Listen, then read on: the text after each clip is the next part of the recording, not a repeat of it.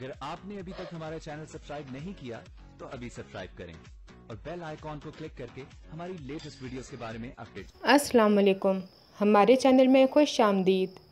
रुबाबा बेगम की सारी साजिशें नाकाम होने लगती हैं क्योंकि अहमर को सारी सच्चाई का पता चल जाता है।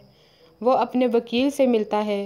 वो उसे कहता है कि तलाक का नोटिस ताबीर की तरफ से नहीं आया था, बल्कि इसके पीछे कोई और ही था।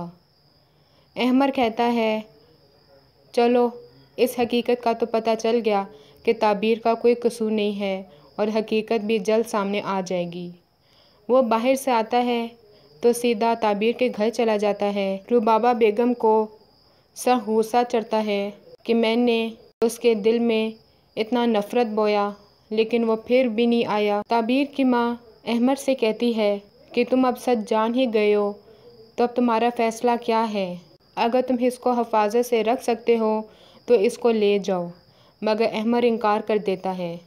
कहता है कि जिन लोगों ने साजिशें की उनको अब बेनकाब करना है और मैं ताबीर को इन सब में कोई नुकसान नहीं पहुंचाना चाहता।